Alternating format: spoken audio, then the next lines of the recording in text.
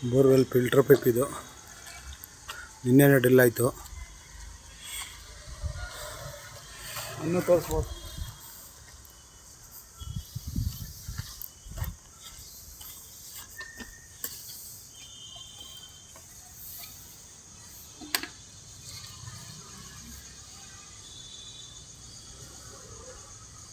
ಇನ್ನೊಂದು ಕಲ್ಲು ಹಾಕ್ಕೊಳ್ಳಿ ಹೈಟ್ಗೆ.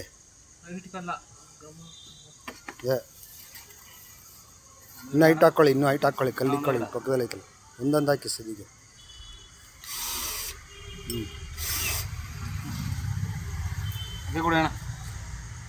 ಇಲ್ಲೈತೆ.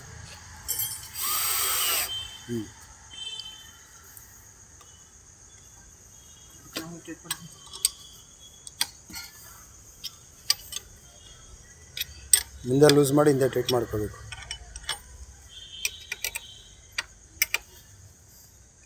ಗಣೇಶ ಪಪ್ಪ ಮೋರಿಯ.